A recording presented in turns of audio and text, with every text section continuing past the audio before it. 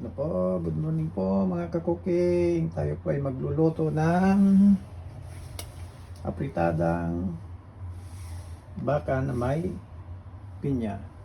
Ito po ang isang cup. Yan po, 1 kilong baka. Meron po tayong celery, carrots at saka patatas, cheese. Kailangan may laurel, magic sarap, paminta, sibuyas, bawang, at lalagyan natin ng pinya at saka tomato sauce. O saka lalagyan natin ng peanut butter. Ayan po. Mabilisan na lang po ito, mga ka-cooking.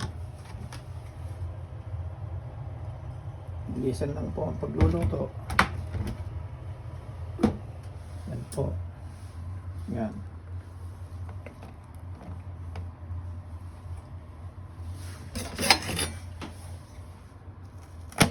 Ayaw ko po nang nilalagyan ng, kung gusto niyo pwede naman, ng liver spread.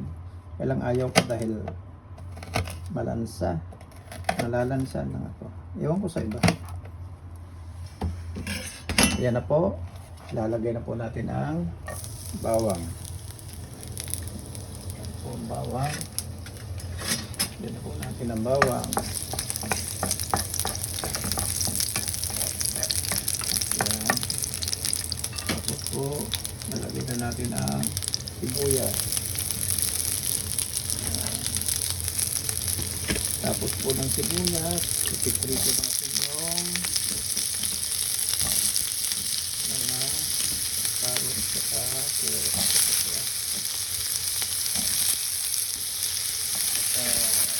Patatas. Ayan, pilitan natin yung patatas.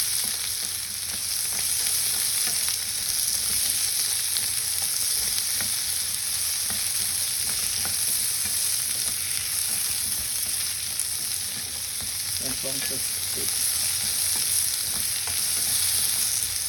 Ayan na.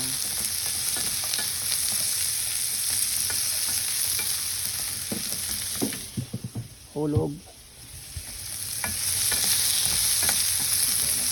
Ito po ang paggawa ng pagluluto ng itadang may pinya.